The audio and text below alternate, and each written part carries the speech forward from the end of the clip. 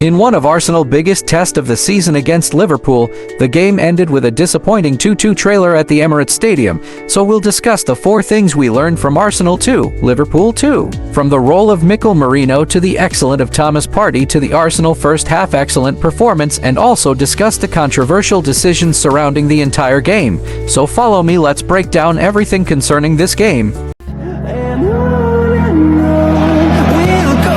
Saka's corner.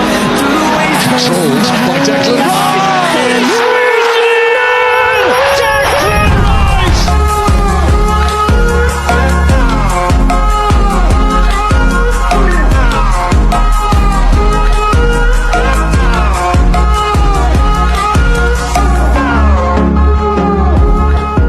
Welcome back to my channel. It's been a long week for the Gunners. So if you are new watching my video for the first time and you haven't subscribed to my YouTube channel, please do well to subscribe and also like the video as we dive into what I have for you. Starting with the Thomas Partey excellent performance. You know, before the start of this game, many Arsenal fans have complaining about if Thomas Partey will start as a right will be a problem for Arsenal. But starting as a right back against Luis Diaz, who have scored 5 league goals this season, but Thomas Partey proved the Arsenal fans wrong and once again remind us that I'm not yet done.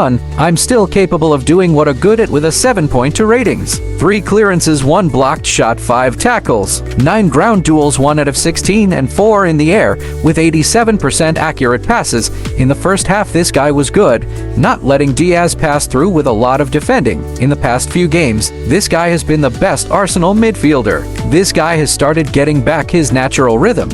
We now know the reason behind Mikel keeping him in the team going into the season. There was many Arsenal fans that was saying Thomas should be sold, but Mikel Arteta believed in him and he's back at his best, with his heat map showing that he was striving both in the right back and as well in the middle, drifting into the midfield to help a certain Declan Rice. And talking about Rice, starting as a number 6 once again. Rice once again did a very excellent job today as the Sofasker player of the match with a 7.8 with 1 assist, 64 touches, 85% to key passes, 2 accurate crosses with 4 out of 5 accurate long balls and 1 big chances created. This game actually shows why Declan Rice strive more as a number 6 than number 8, despite how good Thomas Partey as a number 6. With Rice we has that security, ability to fill up spaces and also ability to win back ball with his long leg, and also has the ability to read the game, the time to move the ball forward and the time to calm the ball down. He give Arsenal that security in terms of killing opponents' attack. Moving on to the second thing we learned, Arsenal first half performance.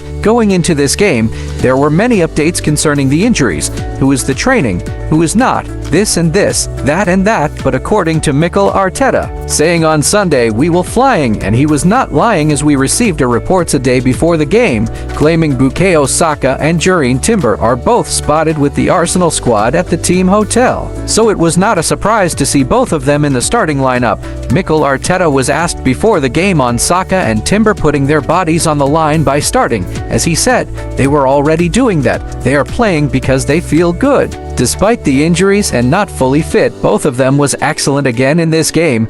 And talking about the star boy, he was given the Premier League official man of the match award coming back from injury with 7.5 ratings, 1 goal scored, 2 successful dribbles, 5 ground duels, 1 and 2 out of 2 in the air. Saka was excellent in the first half, looking very sharp and unstoppable against Liverpool. Robertson, his goal was ruthless, and we can see Ben White long pass. Saka's movement, the way he struck that ball was just so amazing, scoring his 50th Premier League goal and becoming the youngest player ever in club history to do so, and also the 7th to do so in the Premier League history behind the like of Harry Kane, Cristiano Ronaldo. This shows how excellent and world-class he is. What we are seeing this season is not just bukayo Saka but Captain Bukayo.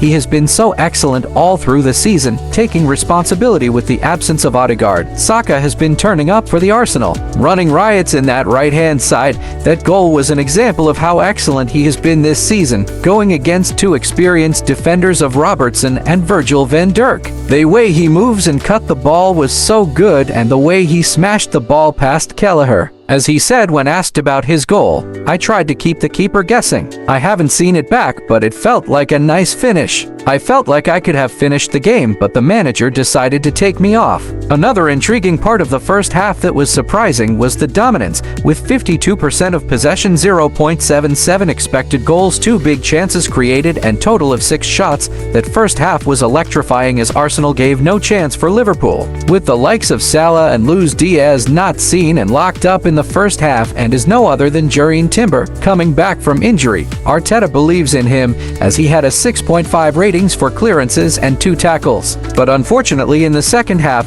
he went down and he was taken off with injury. It was a painful one, missing that kind of equality in a very crucial time after losing a very important player, and we are talking of Gabriel Magalhaes. Gabriel was taken off with an injury. We saw him going down holding his knee. It was very worrying as he was replaced by Jakub Kiwior. That was a massive loss for us after losing 2 first-team defenders, Ricardo Calafiori and William Saliba. Straight away Arsenal lost their confidence, but at the end of the game Saka says, "He's a big player for us, but that's not an excuse. We have to adapt." So is one thing we have injuries players, and is another thing we adapt to the game. The second half was so frustrating as if we were down to 10 men. As Mikel Arteta says after the game, should have been a bigger score in first half. They came out in second half and we didn't have courage. In the first phase we needed more courage to play. We created big opportunities. I've been asking this question since the beginning of this season. When we are ahead with just 1 goal, we will seat back and start defending the goal, even with likes of small teams. I've been asking, is it the instructions given to them or what? Towards the end of last season, which is from January, it was not like this. We were not sitting back after scoring 1 goal. We have that confidence and also pushing for more. Smashing West Ham 6-0, Sheffield 6-0, Chelsea 5-0. I think it's high time we change our mentality and do what Man City are doing if we want to compete with them. Despite losing De Bruyne and Rodri, they still dominate and win games. Moving on to the third thing, the role of Mikel Merino. After Liverpool equalizer in the first half, Arsenal were looking very sharp and determined in the final third, looking for a response to the equalizer by Virgil van Dijk. It was no surprise as Arsenal got their lead back because the pressure was overwhelming,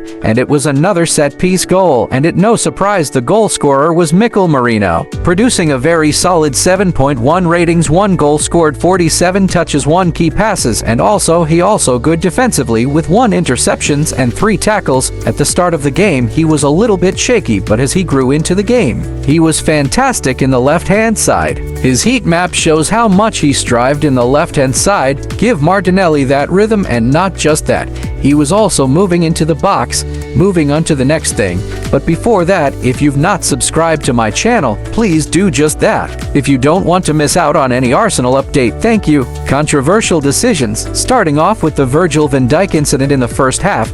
The referee saw it but choose to do nothing. Not even a yellow card. Imagine it was an Arsenal player, let's say it was Granit Xhaka. It will definitely be a red card. It's not about being sentimental, it's what I've seen happen. That's not the worst of it all. This potential penalty on Gabriel Martinelli in the 31st minutes, taken down by both Konate and Alexander-Arnold. For me this was a penalty because Konate didn't get the ball and this was not checked by the VAR. But the real controversial came in the 89th minutes where we saw Jakub Kiwior win a header and the ball went straight towards Liverpool goalpost, where we see Havertz and Konate contest for the ball, and Havertz won the ball and Jesus put the ball at the back of the net. But let's watch how the referee remained still and watching on. Not until he sees that Havertz had flicked the ball over Konate and he's gone one-on-one with the goalkeeper. What was a shock to me was that Szoboszlai never contest for the ball and Jakub Kiwior won the ball cleanly, and even the Liverpool player never protested for a foul. And at the end of the game, a lot of Liverpool fans believe they were lucky, and we saw the Arsenal player asking what the foul for. So we have come to the end of this video, focusing on the next 5 games. What do you think Arsenal we get from the 15 points? Please do well to contribute to this project by dropping your opinion in the comments section below. It's highly appreciated, and if you've not subscribed to this channel, please do well to subscribe. Come on you Gunners as we bounce back. Thank you. Saka's corner, controlled by Declan Rice.